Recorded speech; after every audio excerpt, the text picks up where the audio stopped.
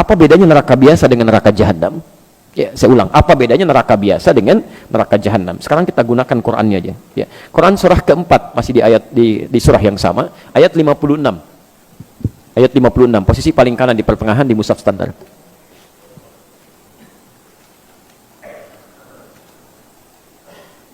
Baik. Ini yang tidak menggunakan kata jahanam, cuma neraka saja. Nar. Kan yang tadi bunuh biasa tempatnya di mana? Neraka. Baik, sekarang yang kedua jahanam. Kita ambil yang neraka biasa dulu ya, sebelum ke neraka jahanam. Yang biasa dulu. Baik. Ada ayatnya?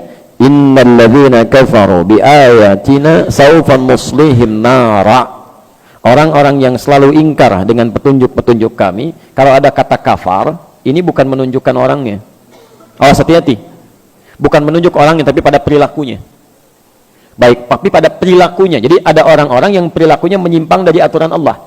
Maaf, kalau yang tidak beriman menyimpang, wajar karena nggak ada imannya.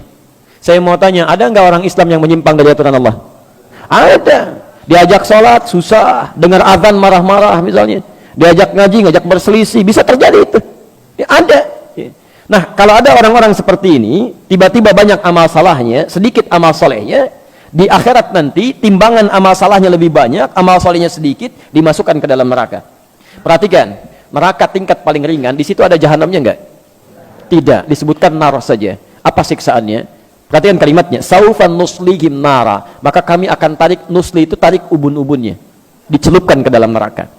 Disiksa paling ringan di neraka itu adalah saat seseorang sudah dihisab tempatnya neraka, itu ubun-ubunnya ditarik tuh, yang paling ringan.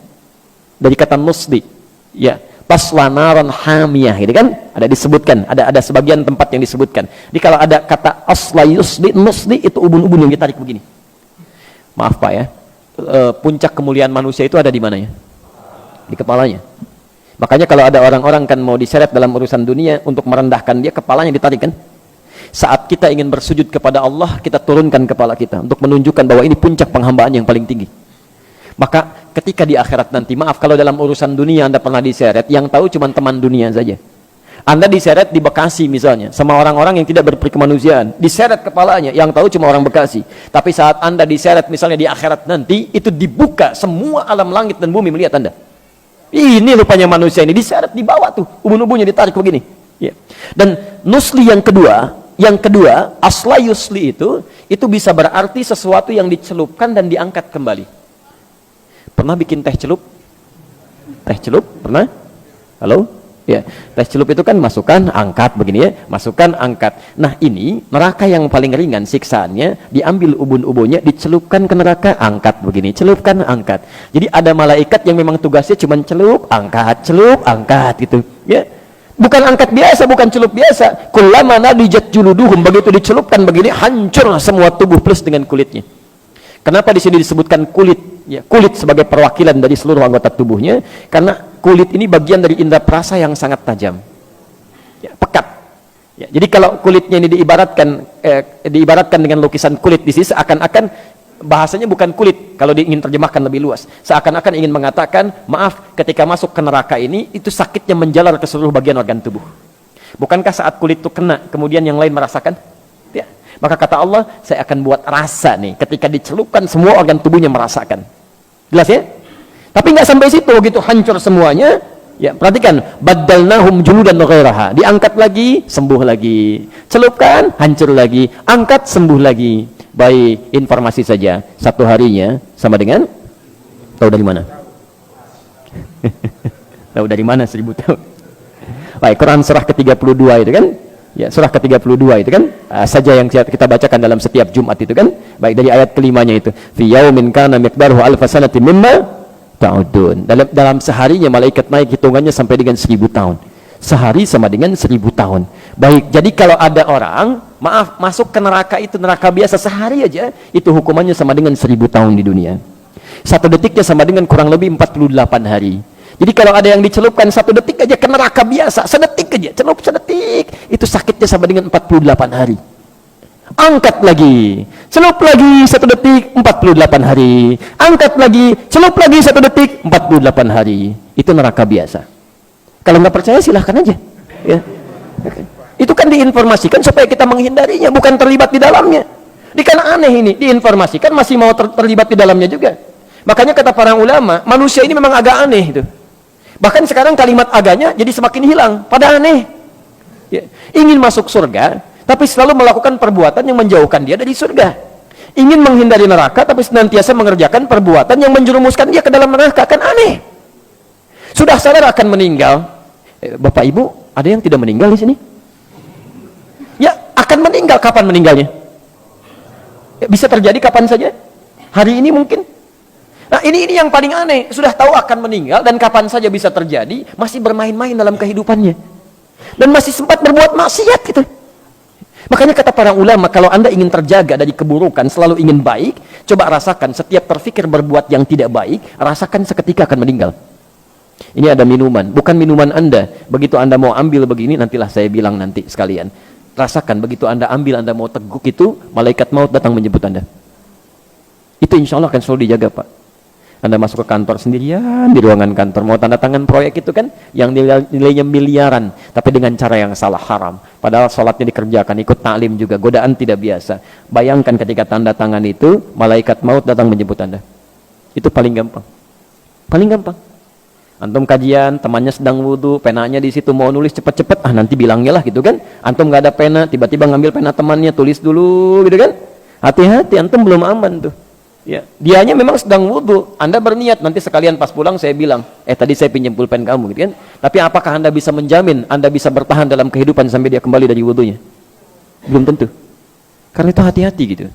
Ya, hati-hati, bertakwalah pada Allah Subhanahu wa taala. Hidup kita itu terjamin, ya, terjamin dalam nuansa kapan saja bisa pulang. Jelas di sini? Baik. Saya kembalikan dulu ke bahasan kita sekarang. Yang di neraka biasa saja hukumannya sudah seperti itu. Bagaimana dengan neraka jahanam? Neraka jahanam itu jangan tunggu sampai ke nerakanya. Di alam kubur aja sudah mulai ditampakkan itu. Nih tempat kamu ini nih. Ya, Quran surah ke-40. Ya, Ghafir atau Al-Mu'min nanti dibaca kemudian saja, dibuka nanti dari ayat ke-45 sampai ayat 47-nya. Ya.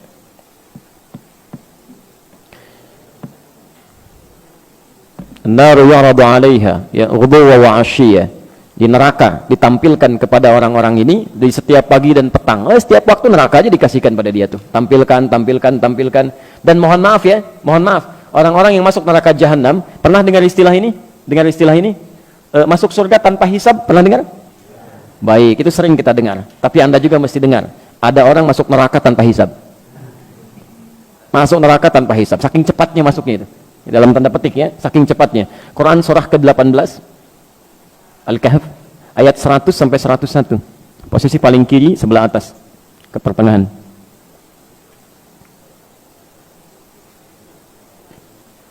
Jadi orang-orang yang masuk neraka ini yang cepat sekali seakan-akan nyaris tanpa hisab, yang masuk itu bukan neraka biasa.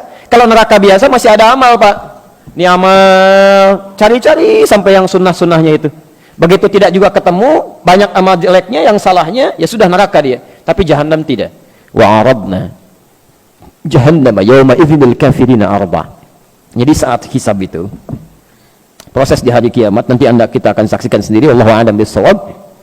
Saat orang mulai melihat, ya, maaf ya, ada orang yang cepat melewati sirat tuh, cepat langsung masuk ke surganya. Bahkan dari sejak nerima kitabnya, ada yang dari kanannya senang luar biasa. Ada yang mohon maaf di belakang punggungnya, ada dia merasa ketakutan luar biasa. Tiba-tiba ada orang-orang yang tegangnya luar biasa. Saya nanti di mana ya? Kitab saya di kanan atau di kiri atau di punggung di belakang saya. Tiba-tiba ayatnya turun. Udah, kamu nggak usah banyak mikir deh. Tempat kamu di sini nih neraka jahanam, nanti langsung masuk aja. Ya, capek kalau dipikirin juga. Wa aradna jahannama yauma idzil kafirina arba. Pada saat itu ketika orang sibuk memikirkan hisab, kami tampilkan pada golongan ahli neraka jahanam. Tempat kamu akan di sini. Nggak usah banyak mikir, nanti langsung ke sini aja. Dibayangkan tuh. Siapa orang-orang ini? Ayat 101-nya. Ternyata bukan cuma kafir di sini, bukan cuma orang tidak beriman saja. Ada orang-orang beriman yang sulitnya luar biasa. Alladzina kanat a'yunuhum fi ghita'in an dzikri, yaitu orang-orang yang matanya ya, sulit sekali mendapati petunjuk saya. Sulit digunakan ingat kepada saya.